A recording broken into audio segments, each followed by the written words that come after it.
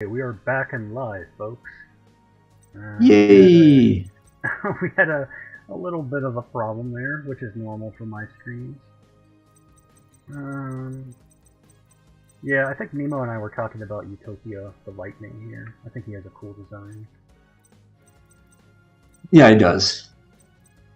So we'll see if I can come up with something like that. I do like it. But getting back to Yu-Gi-Oh is making me feel poor already, because I already know that I'm gonna start buying booster packs. I would just buy singles if you really want to. Single cards. I use TCG Player. Well, I used to. I don't really buy much anymore. Although there are some things where I'm like, yeah, maybe I'd like a top. But yeah, it's better to just kind of buy singles and get what you want and chance it with booster packs. Collection, yeah. Yeah. Yeah, basically.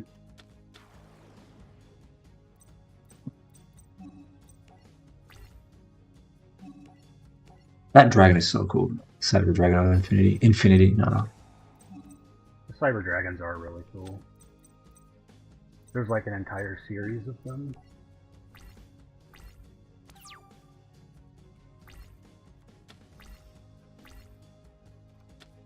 This reminds me, yeah.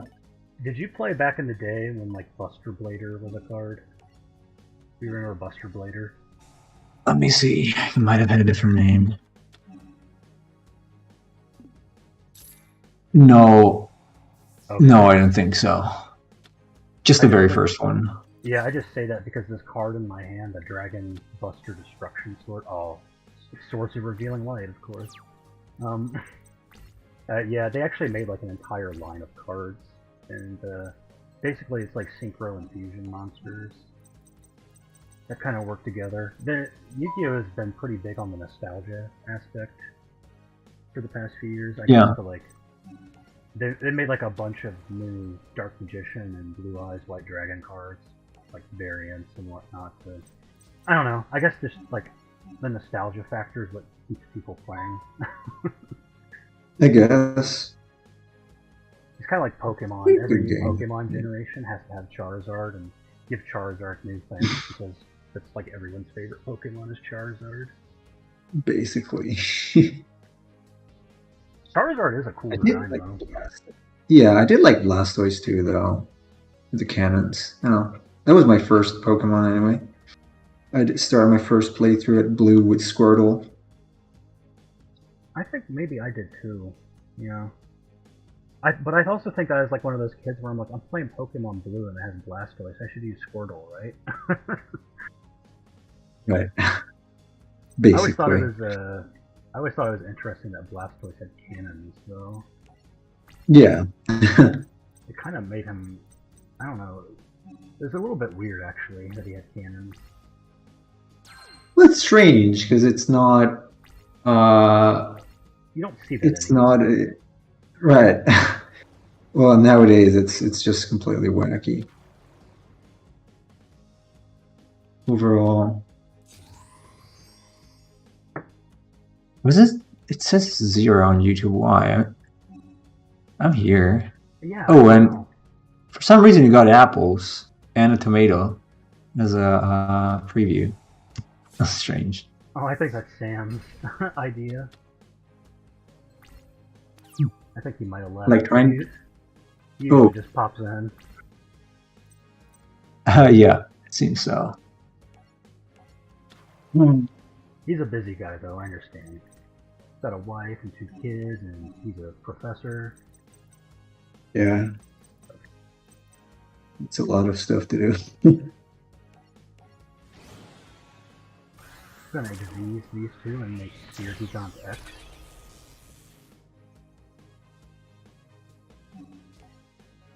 And okay, it looks like YouTube updated now. Yeah. Get rid of Buster Drake, and then we can put Sea Crush Wyvern in our hand. Can't do anything yet, but once we play it next turn, we can summon ABC, and once ABC comes out, it's basically game over. Oh yeah, you got the C there. I actually like the designs of the ADCs. Like the robotic wyvern and then Buster Drake is Kind of reminds me of the Zords from Power Rangers a bit. Yeah, and the way they combine together. Yeah, Right. the first Megazord. Here we go. We can summon it. Get rid of that. Get rid of that. Get rid of that. Here it comes. It's game over. Even with still 8,000 life points. Yeah. He is done for. Because now I can get rid of that. Get rid of the Swords of Revealing Light. I'm going to activate Cyber Dragon Infinity's effect. Right, because that's still there, so... Actually, I shouldn't have done that. Why? Because I forgot, you can't target face downs, but it's okay. So I got rid of Gear Gigan X, but I didn't need it anymore anyway. It did its job. It got me Sea Crush Wyvern. By the way, ADC's Dragon's effect of discarding to banish something on the field can be used during either player's turn. No. So, whatever she does here, yeah. Like, she can do this all day if she wants, I don't care. So she can't do anything at all. Yeah, so I'm gonna activate it now, discard this card, and she has she has no cards in her hand and nothing on the field. Do you think she's gonna win? Do you also play these decks against people? Like I have. I mean, this deck actually isn't that good anymore, if you can believe it. This is like a deck from 2016, 2017. So this is actually an older deck. You can imagine how stronger the decks are now. Well, it's really funny because I'm explaining these effects and they sound broken, but they're not even that good anymore these days. oh jeez. I don't know. Either people get smarter, or it's like Dragon Ball. Like the further you go into the story, and the stronger everything gets, and you need even more power to defeat the shittiest grunt. Yeah, that's something that like I know that that's a problem with any kind of story. Is like you have to increase the stakes, but it's also like at some point, you know, Goku starts out as a little kid, and then he ends up fighting gods and whatnot. And it's like, couldn't there be like a point where it's like, okay, you can't get any stronger? The story, it just can't go on, you know? Like, we can't come it becomes kind of ridiculous at some point. It still kind of made sense with the whole first Dragon Ball arc. It was also pretty interesting story-wise. I mean, they had some interesting points, but then Z was, well, it was okay. There was some story. I did not like Super. I stopped watching Super because it was just, oh, let's fight. Oh, let's fight again. Oh, let's take Frieza back, who died a number of times at this point, and now he's good. Let's fight again. And again. And Master Roshi's also super cool now. And he can fight with Frieza. So, like, come on. Seriously? I don't know. I mean, when Dragon Ball first started out, it was like a gag anime. And, so it was, I mean, it was a retelling of Journey to the West, but it was kind of done in a more modern, at the time, way. Yeah. And there was like a lot of cool lore stuff, like the fact that dinosaurs still existed and some people kept dinosaurs as pets and whatnot and things like that. And then like Dragon Ball Z came around and everything got super serious and dark and grim. I was like, this kind of, it just feels weird. It doesn't feel like the same universe to me anymore. Yeah, it's very different with aliens and whatnot. And one thing I really kind of disliked is, so, like, Toriyama, I guess, would create these characters, you know? And this was really apparent. You remember Tien, the guy with the 3 eyes? Tien Shinhan? Yeah. Tien Shinhan, like, he had like a really cool arc in the original Dragon Ball, where you know he's kind of like a mercenary, and he was part of the Crane school, and so he was kind of doing evil things, and Goku Yep. like wanted to believe in him, and he's like, "No, Tien, you don't. You're really powerful. You don't need to do these kind of things." And eventually, Tien kind of crosses over and becomes a good guy after doing horrible things. And I'm like, that's a great character arc. And then It after is. that, it's like Tien gets shelved and he's never important again. And it's like, Yeah. it's such a waste. You have all these characters, and then you just keep introducing new ones, and the old ones get like put to the side. Yeah, even Yamcha was a pretty good character, honestly. Oh yeah, I he's did like him more at the very beginning, like when he was, was doing the whole wolf move thing. That was Oh, yeah. pretty cool. That's something that they got rid of when they started introducing Ki Blasts. Like everyone does a Ki Blast, Yeah, because but he's the originally original like was he's like originally a desert bandit that Yeah. was searching for the Dragon Balls, and then eventually yeah. he becomes a good guy, and then it's like now he's the biggest joke in the show. It's like, Yeah. wow, did a good job. Oh, by the way, I'm playing Ancient Gears right now, as you can Yeah. tell. So they're kind of a glass cannon deck. You want to get them all out, and then you want to summon this guy, Chaos Ancient Gear Giant. So he must be fusion summoned and cannot be special summoned by other ways. He's unaffected by spell and trap effects. Just period. So Ouch. if your opponent plays Raigeki, it doesn't do anything to him. If your opponent plays some trap cards, it doesn't do anything to him. He's immune to spells and traps. Pretty Your sick opponent- design. Yeah, your opponent's monsters cannot activate their effects during the battle phase. So, like, if your opponent has a Man-Eater bug, like face down, and you attack into it, and it's supposed to destroy, it won't activate, basically. And then this card can attack all monsters your opponent controls once each. So if your opponent has 5 monsters, it can attack 5 times in a turn. If this card attacks a defense position of monster, inflict piercing battle damage to your opponent. So if your opponent's monster is defense, normally don't take damage. It will take damage against Chaos Ancient Gear Giants. So, Nemo, what do you think of that? It's complicated. It's going to take some time for me to figure it out. Well, I'm just saying, like, it's immune to spells and traps. Your opponent's... It's a pretty good card, it seems. This card can attack all of your opponent's monsters, and if they're in defense position, you It's still got get 4,000, 4,500 attack. Yeah. And 3,000 defense, so it seems pretty good. It takes a lot because you need 4 Ancient Gear monsters to make it, but as you see, I did that in like 2 turns, so it wasn't that hard actually. Oh, and here we can show off the piercing battle damage. So what's the difference with normal battle damage? So normally when you attack a defense monster, it blocks the damage. When you attack it with defense, it does damage. Okay. So as you can That makes he sense. took a It's bunch of piercing. damage. And you just take the average. So he just took 3,500 damage from a defense position monster. Jeez. Do you ever look up or watch the tournaments of Yu-Gi-Oh? I have, yeah. And are they interesting to watch usually? Like, can you gather intel from those?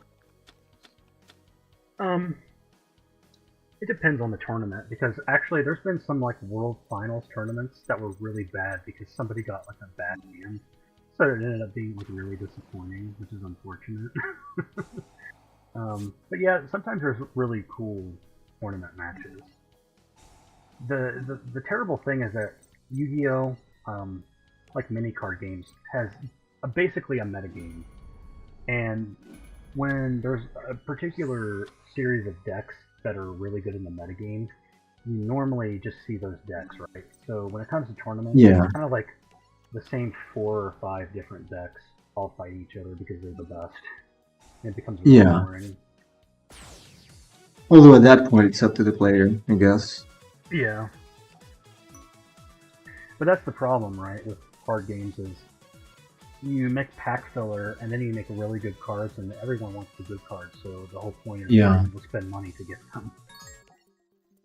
Some of them are crazy though. Like I was looking a couple years ago, there was there's a card I actually have in these decks called Ash Blossom, and Mhm. it's basically like a card you can play from your hand to negate special summons and things like that. And when it first came out, it was like I think it was a secret rare, and you needed like three basically in your deck, and they were like $80 a piece. So yeah, you're paying like $240 for just three cards to put in your deck. Some of them higher up decks get really insane in terms of money. Probably not something I want to do. Yeah, it's a lot more fun to play casually than competitively, in my opinion. I guess, yeah. Let's play my Dark Magician deck. That sounds like Let's see. Snowdust Giant.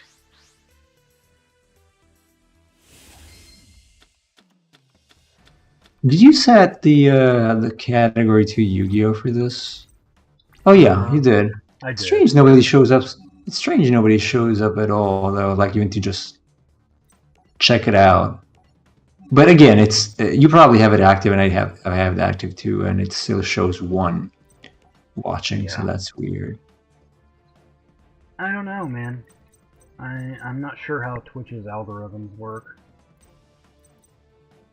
Because I know Amaranth, whenever she streams, she gets like 13,000 people, but she's also like in a bikini the entire stream. So Yeah, that one. Oh god. Apprentice Illusion Magician.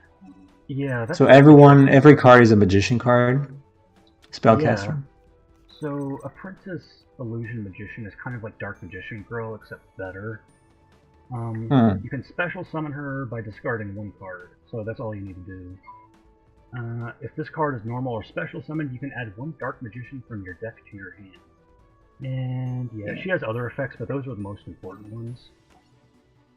So we can, I don't know, we can Magician of Chaos. I have the impression it takes a long time to make a deck, like to make an actually good deck. Because you have to remember all of the card effects, how you can combine them. It's not easy to remember.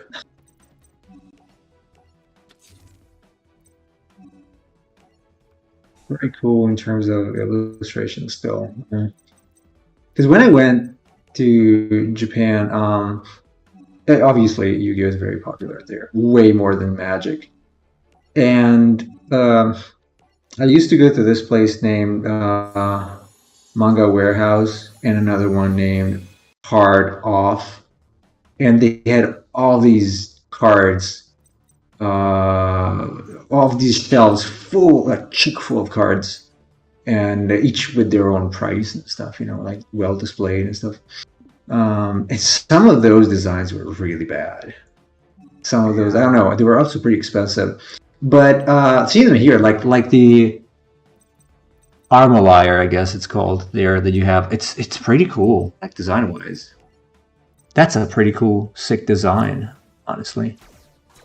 Oh, I'm link summoning, by the way. Yeah, I see that. Although I'm actually doing this just so I can play Secrets of Dark Magic. And then does it make any difference where the errors are in the link creature? You mean on the card itself? Yeah. Okay, so the idea is, by the way, I'm summoning Dark Magician the Dragon Knight, which is pretty cool. Ooh.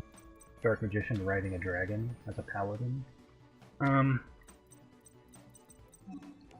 So with the link arrows, when you first summon a link monster, you can put it in either one, unless one of the link positions is already taken.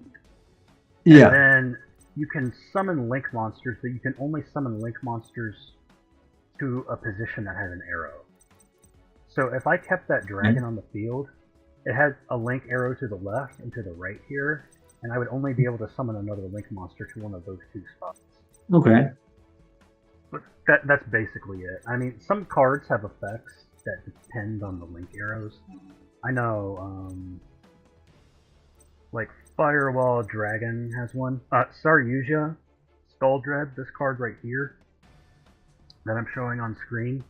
it has an effect where any monster in any of the zones that it points to gains 300 attack and defense just by being there. So Even the opponent, though. Yeah, that's true. That's something you have to think about. Okay. And if your link monster is pointing up like that one, your opponent can summon a link monster to that position it's pointing. Damn. Anyway, I got Dark Magician the Dragon Knight. This card's name becomes Dark Magician while on the field or in the graveyard. Your opponent cannot target spells and traps you control with card effects. Also, they cannot be destroyed by your defense. This is a very important monster for this deck. I can tell. Because I am going to activate Eternal Soul this turn. It's right here. So I'm going to chain it to this effect. Now, Eternal Soul, what that lets you do is it lets you special summon a Dark Magician from your hand or graveyard. So I'm going to summon it to my field on his turn. And I have a Dark Magical Circle on the field, and when Dark Magician is summoned to the field while Dark Magical Circle is in effect, it lets you banish a card on the field. So I'm going to activate that and get rid of this. I guess. And now I'm going to activate Magician's Rod effect in the graveyard. I'm going to get rid of that Dark Magician and put that back into my hand, and then I can just resummon that next turn during my turn.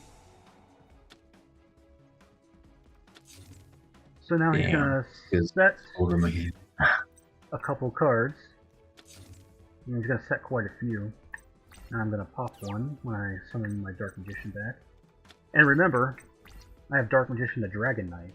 So if he wanted to, he could try to get rid of these, but he can't do that because Dark Magician the Dragon Knight is protecting my spells and traps. So right now he's kind of in a pickle. This is so cool. And then Eternal Soul, every Dark Magician on the field can't be targeted by card effects, right? So that's one of its other effects. You can special summon Dark Magician to your field, and also, while it's on the field, they can't be... every Dark Magician in your monster zone is unaffected by your card effects. So if you play like Raigeki, my Dark Magicians are protected by it. And also, if you remember, Dark Magician's, the Dragon Knight's first effect is that its card name becomes Dark Magician while on the field. Yeah. So it's also protected. That's why it has that effect. Right. Okay, this makes sense. So it's also self-protecting. Right, and it's on the field or in the graveyard. So if Dark Magician the Dragon Knight is destroyed, I can actually use Eternal Soul to just resummon it back to the field. Yeah, it's a kind of a pain to play against. Really cool, though, to come up with all these strategies. And this is Do you also play... oh, go ahead. I was going to say, this is also a cool card. It's called Soul Servant. So what this lets you do is it lets you put one card from your deck on top... lets you put a card on top of your deck from either your deck, your hand, or your graveyard. So you can search your deck and then take a card that you really want and then put it on top of your deck. And then if you have a Dark Magician or a Dark Magician Girl in your field or graveyard, you can banish it from your graveyard and then just draw into that card. So I'll show you how that works right now. I don't know what card I want because right now I'm kind of owning him. But I think I'll put another Secrets of Dark Magic. And then I'll put that on top of the deck. I can banish Soul Servant, and I actually have a Dark Magician and a Dark Magician Girl, so it lets me draw 2 cards. Anyway, what were you going to say? Do you also play the Pokemon card game? I did when I was younger. I don't know if I really understood it all that well. Did play too. That one I played a little more because I played some of it when I went to. I used to go to the sea with my mom, and there were kids there, and I would always play Pokemon cards with them. Like in summer. So I did play a bit of that, and I also found a Game Boy version of the game that I would always play in an emulator. Really? So I don't remember it now, but yeah, I kind of liked it. It did have resources though, unlike Yu-Gi-Oh! You had those like elemental cards. Right, yeah, the energy. Yeah. Yeah, a lot of kids in my school collected Pokemon cards, but I don't think a lot of people played it. Oh, nobody in my school played it actually. Nor collected cards. They did collect stickers for a while, and then they, stopped. And since I was still doing it, I was being bullied because of that. Oh, Because it was not a cool thing to do. Yeah. Yeah, I was bullied a lot because of Pokemon, actually. Oh, this is the Dark Magicians, by the way. This is a Dark Magician Girl fusion. It's just basically the two of them together. And whenever you play a spell or trap card, it lets you draw a card for free. So I would say, or it seems to me that card advantage is a thing here too, right? Oh, yeah. So, yeah, valuable card is what makes you draw more cards also. For sure. And that's actually something you got to be careful of. I kind of showed that in that one game that I lost with my ABC deck. Yeah. I kind of used up all my cards on the field, and then I didn't have anything to help me Yeah. win. So that is something to consider. Is you gotta be careful with how you play, because if you throw out everything all at once, it could backfire on you. Right, I can imagine, yeah. When you think about playing the game, do you think more in abstract terms?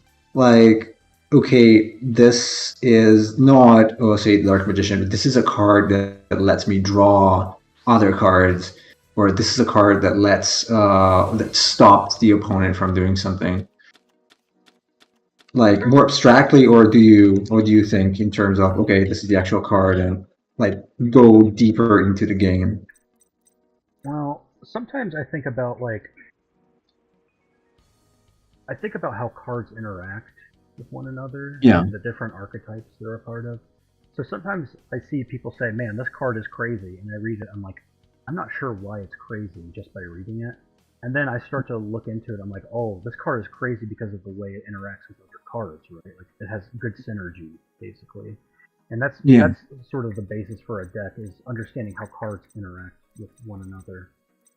So like this deck I'm using is a dinosaur deck, and this dinosaur deck it's kind of all about putting stuff in the graveyard and then banishing. So I'm gonna get Soul Eating Oviraptor right here. Soul Eating Oviraptor is a really good card.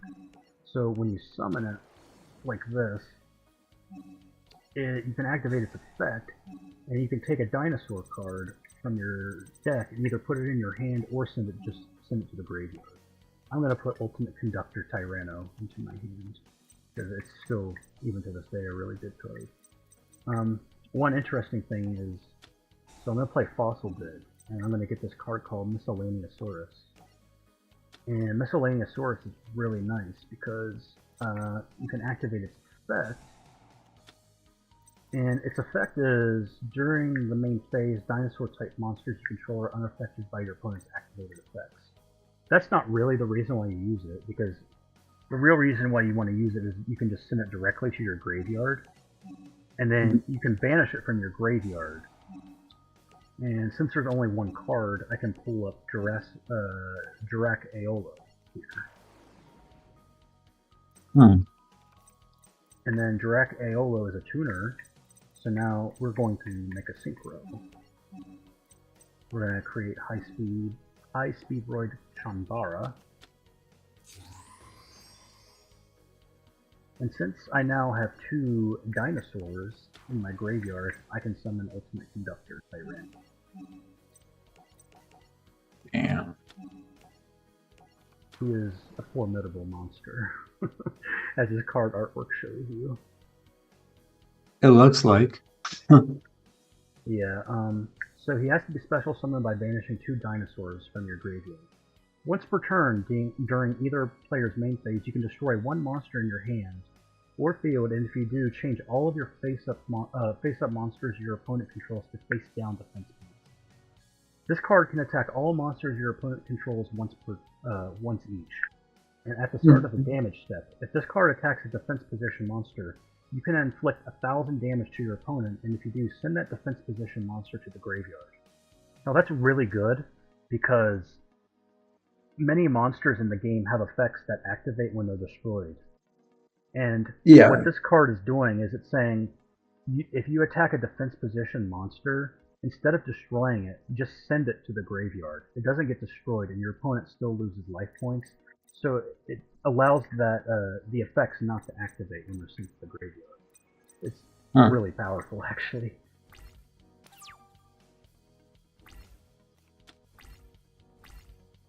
I wonder how long it's going to take me to figure this out. Yeah, I'm trying to explain it as best I can. It's really hard. Oh, it's really good. I do understand that. No, I mean to actually apply it, you know, to remember everything, then apply it. The thing that makes it difficult is like every Yu-Gi-Oh card basically has its own effect, so you kind of have to remember what every single thing does. That's See, like in Magic, when you look at a card, Magic uses lots of keywords. So if a card says flying or something, you know what that kind of means if you know what flying means. Yeah. There's not really anything like that for Yu-Gi-Oh because every card has its own unique effect, which is pretty cool. But it's also like it's a lot to take in. You spend it's like studying kanji. Yeah. You have to know it. Reading cards just to figure out what they do. That's very Japanese. What was the name of that site you mentioned to buy single cards again? TCGplayer.com. Is it? Yeah, I recommend it. I wonder if they ship to. Is it just American or do they? It should be international. Because I might find some. I don't know. I do want to buy a booster pack just cause. I mean, you can buy anything on there. They sell booster packs. They sell just single cards. They sell all kinds of. You can buy boxes, cards of booster packs, things like that. Do they still have Duel Masters? No, they don't have it anymore. Duel Masters. That's too bad. Yeah, Final Fantasy, though. They have almost all card games, except for the stuff that's like not really around much anymore. I check them out every now and then just to see what's out there, you know. Because sometimes I just like to buy cards for the artwork. Yeah, that's what I would basically do. I also see some Digimon cards are pretty good art. Yeah, the new Digimon card game, not the old one. Yeah, the new one, yeah. Like this Magnum on here. This is so sick. Oh yeah, I'm streaming. I should continue playing. I was looking at it myself, actually. It's pretty cool. But do they do Feria of...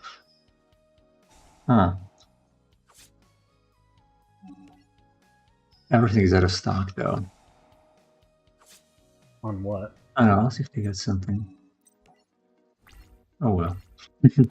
Sorry I distracted you. Because I don't want to spend $20 for a single card, honestly. I understand. I've done it before. I'm crazy, but... I'm too poor, and no, I'm just frugal and stingy. So... yeah, I know what you mean. I'm very stingy. When I was crazy back in the day, I actually did buy cards. Like, you know, I'd pay like $25 for a card. Okay, well, if you like it a lot, maybe now it's worth like 1,000 or 100, maybe not 1,000. I remember I paid quite a bit for a Gate Guardian from Yu-Gi-Oh once. I want foil cards. I like foil cards.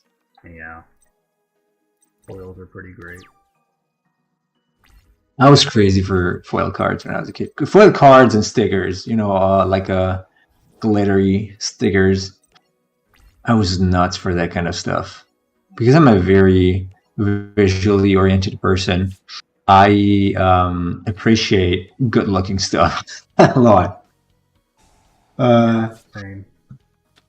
It's unfortunate because I might pass on some stuff like because it doesn't look good. Like, okay, I did not watch Attack on Titan because I don't like how it looks. I know it's superficial, but that's the main reason, Right. basically. It's kind of sad, but I just cannot get past the design. It's just not my thing. I think that's what you're saying about Dragon Ball Super too, like the art Yeah, design for the characters. yeah. That, and also the fact that they're basically just fighting all the freaking time. It's kind of boring at some point.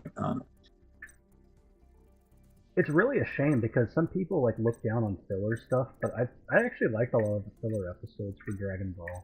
It was nice to have like a breather between battles at times. Yeah, some of them were good. But also, I mean, there was some level of exploration. Like when they went in a mech, and it was pretty fun, honestly. Like them going around a little bit and having to do this or that. It was not just. I feel like for Super, they abandoned the idea of moving around completely, or almost completely, and just focused on, oh, let's get stronger again, and then let's fight this tournament again in this arena. That's just an arena. It's so like, why do I have to fight in an arena? Like, why? At least there was some sort of meaning, like, okay, or the Saiyans are attacking, or okay, we need Dragon Balls, we gotta flee now, but Frieza is not letting us go. But then in Super, it's really just like, okay, let's fight in this tournament. That's it. Let me ask you something, because you might know about this Okay. more than I do. Okay. I've noticed, like, in a lot of Japanese media, like shows or games, that they're like really big into tournaments. Is that just a common thing, or why is that? I don't know. I know they're big into teaming up with others. Like they did not really value personal effort at all, actually. So that I don't know about tournaments. Honestly, I didn't notice that.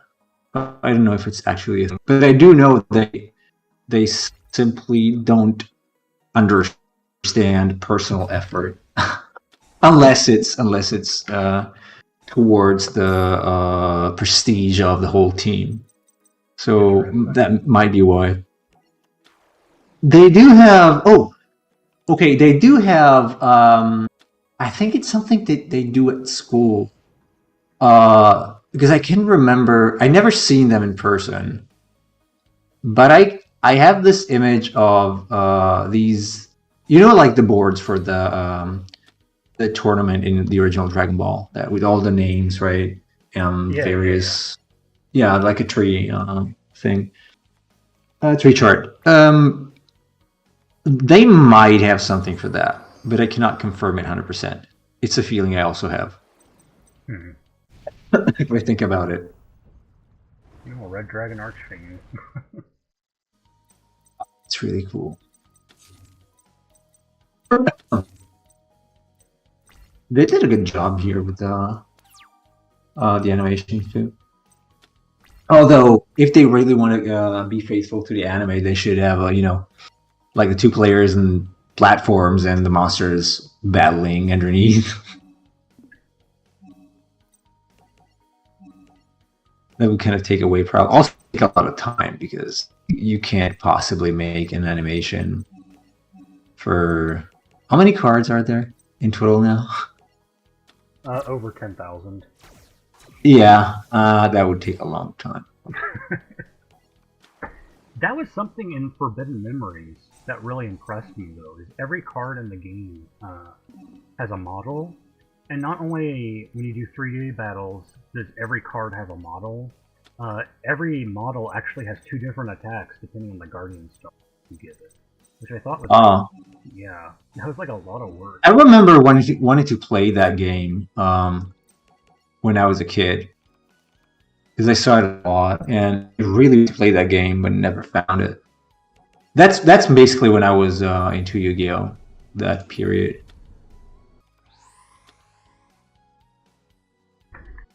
Then of course nobody could play it there, so I kind of forgot. But if I could, oh, if I could show you my sketchbook, let's call it. It was a notebook, but it was my sketchbook from that era. I drew lots of Blue Eyes White Dragons and Dark Magician because those were the main, I guess, Yeah. cards in the anime at the beginning. So, I had a card, and I made my own version. I had a card in my card game that was basically a Blue Eyes too. Hmm. I think its I name keep was saying this, but Voltraga. from Voltron. It was like Voltraga, Voltraga. Okay, okay.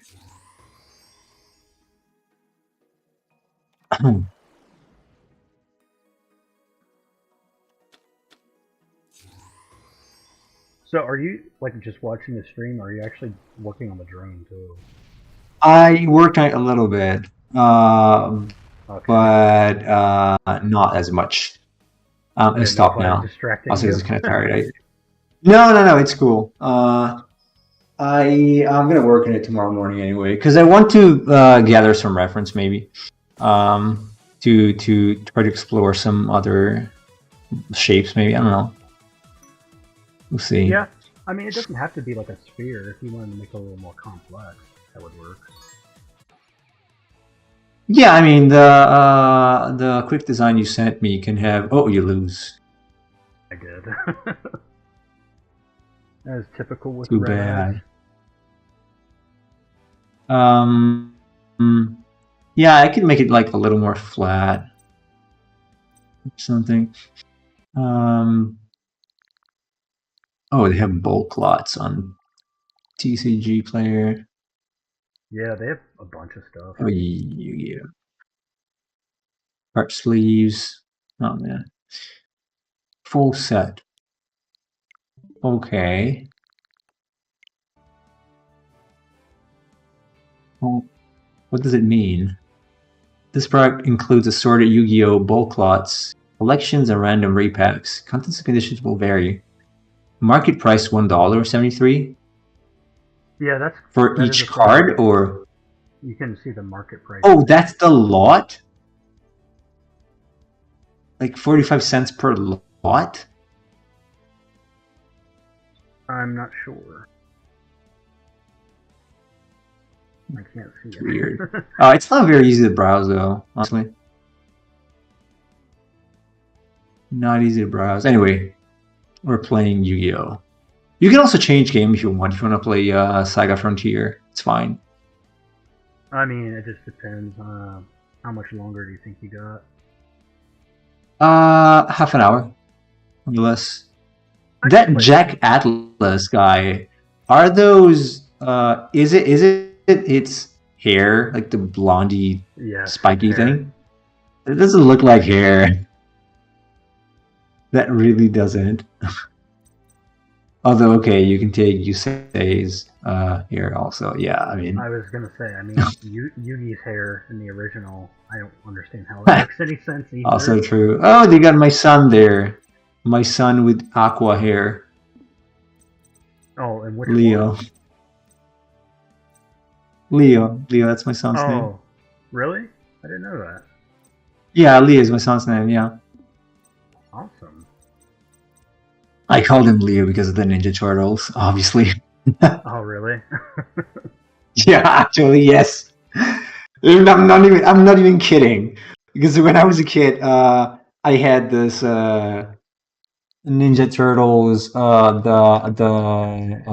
was that? The Something Stone heist, Hyperstone heist for the Sega Genesis, where I also played Sonic. And, you know, I always used Leonardo.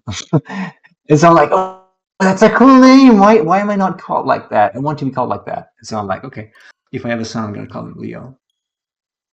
It was supposed to be Leonardo, actually, but they complained it was too long. So who complained? the Japanese family. Oh. Leo is a good name. Um, I'll try to incorporate that. Yeah, in that's cool. Somehow. Okay. Yeah, I think Leo is a constellation, so that fits. All of my characters Also, yeah. have names related to astronomy or constellations, that kind of thing. Mm-hmm. So Oh, it's a Square Enix, right? Okay. And I wanted to play Unlimited Saga, but I never got to. Okay, Nemo. There's Yes. 8 characters here. I can explain each one to you if you want. Yeah, go ahead. Okay, so this is Red. Red's story is kind of like a superhero story. His Wait, it's dad buffering. It is. Yeah, hold on. Which one is Red? This guy on the screen. I see everybody now. Okay, see Amelia. It might be Fuse. lagging, yeah. Liz. I think it's lagging. I don't think it's my internet though. No. No, I think it's just the stream. Let me just. Okay, I see right now. Okay, yeah. Red is a hero determined to banish evil. So his story, this is very interesting, by the way. He's aboard the Cygnus, and Cygnus is a character in my game. It's also a constellation. Yeah. This is Swan. Right. His family was assassinated by an evil organization known as Black X. Saved from death by a mysterious being, he has inherited superpowers that can save the world from certain ruin. That's one of the characters. Here's Loot. Loot is a loser. He's like a wandering magician. A carefree, disobedient youth who grew up in the countryside. Having finally decided to cast aside his lazy ways, he takes up an instrument and departs his homeland for the first time in his life. I do like the character. Yeah, it's pretty cool. Here's Amelia. Amelia is a former supermodel who chose marriage over work. Her fiance Ren is brutally murdered, and she took the fall. She now hunts for a masked man named Joker, biding her time until she can see him brought to justice. Yeah, so her story is like a revenge story. She gets framed for her fiance's murder, and then she kind of tries to get revenge on the guy who killed him. So, what kind of game is this? Like, what's the... Obviously, it's not fantasy, like pure fantasy. Is it like science fiction? Mix of both? It's a mixture of fantasy and science fiction. Okay. Here's T-260. T-260 is a mech made from an ancient core discovered in an archaeological dig. They were entrusted with a vital mission, the specifics of which they are unable to fully recall due to memory failure. They set out to rediscover what their duty may be. It's pretty interesting. Yeah. And here's Ricky. Oh, Go ahead. No, I'm saying if this is the T260 is kind of like what you're looking for the type of Mac you need, I can probably do something like that. It's pretty interesting. Yeah. Wait, she's got something weird there. First of all, that guy. Back there. Yeah, so Ricky is a monster. His homeworld is fated to basically be destroyed. It's dying. So he has to search for these magic rings, which are the key to preventing his homeland from falling into ruin. Okay. So that's the monster character. Kind of looks like a she, though. Yeah. Ricky looks like a she. Blue is a human. He's born with a spark for unfathomable magic power. Local custom dictates that he will only be able to reach his true potential if his twin brother dies by his own hand. He sets off on a journey to vanquish Rouge and lay claim to his birth.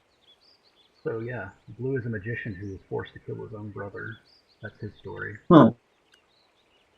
Interesting. Then we have Acellus down here. Let's get to her. Saved from death by Orluge, the king of the mystics, she was transformed into the only half-human, half-mystic the world has ever seen. Now she searches for meaning in a world where she has never truly accepted. The mystics are kind of like magic vampires in this game.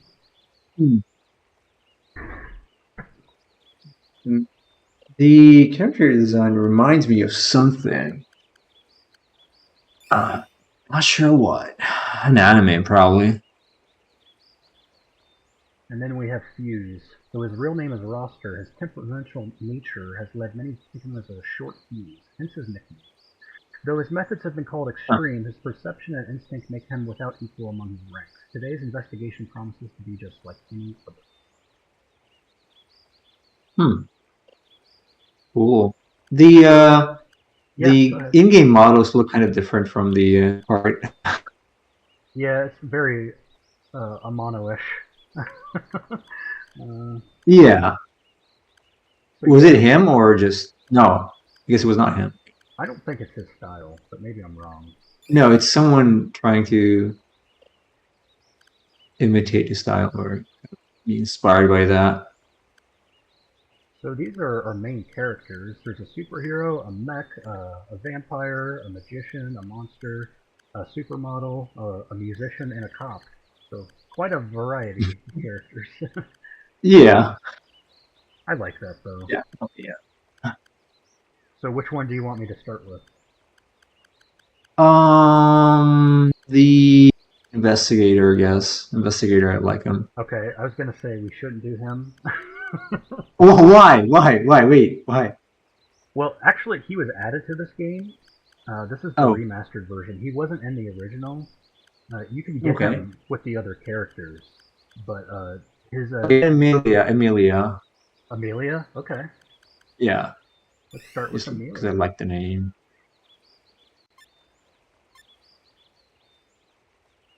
Uh,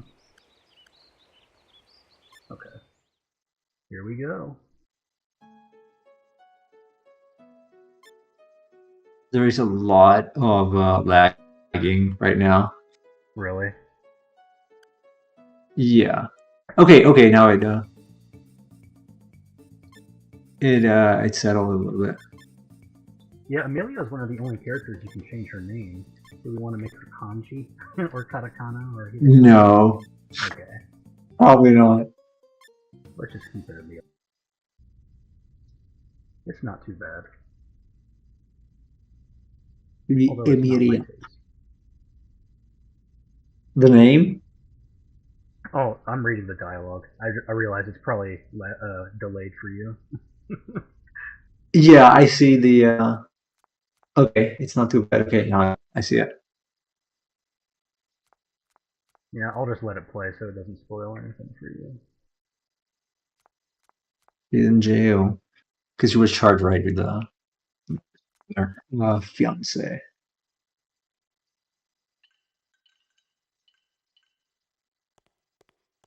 So she's remembering here, at least where I'm seeing.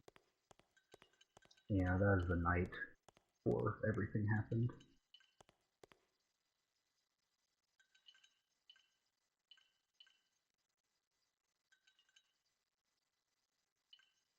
Interesting design choices. I guess it was all pixel art in the original. It was three. Well, the backgrounds are 3D rendered, and it was in the original too. Yeah. But they use sprites Okay. as the 3D rendered backgrounds. Hmm. Of course, they cleaned up the sprites for the remaster. Yeah. It Yeah, I actually can looks really tell good. they're pretty clean. Yeah, they do.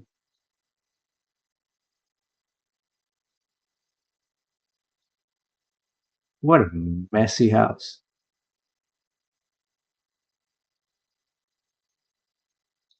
I don't know how much the delay is. Oh, Oh, is it going too fast?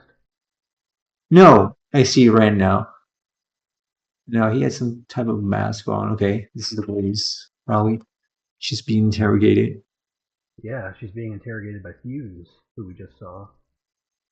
It's really cool how the different characters interact in the different stories. Because each character has a So different story.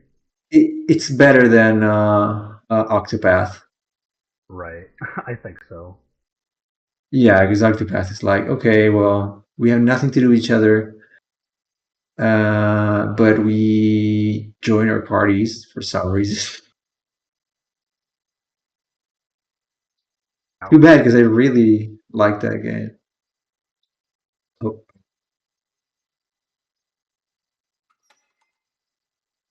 I want a lawyer.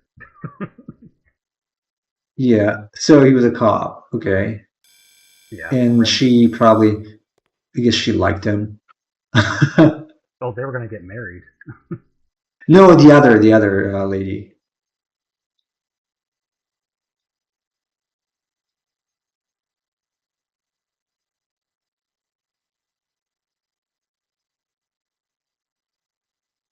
Oh, the prison is called Despair, by the way. Very nice name for a prison. Very nice name.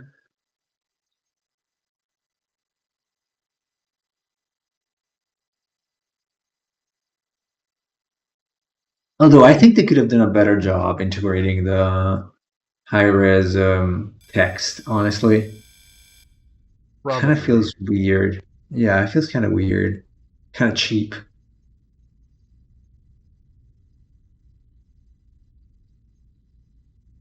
Oh, she needs to come over here. So, do you get what's kind of happening right now? That's kind of weird. I'm not sure. They want to escape or something? The warden plays a game where if you can make it to the center of the prison, he lets you off. So Oh, that's kind of what we're doing. The warden knows that it's impossible for anyone to escape, but if you can make it to the center of the prison, he'll let you escape for free. That's really nice. well. Oh, yeah. I guess considering it's called Despair, Okay. it is really nice. Okay, it reminds me of Final Fantasy VIII in terms of 7 in terms of pre-rendered stuff.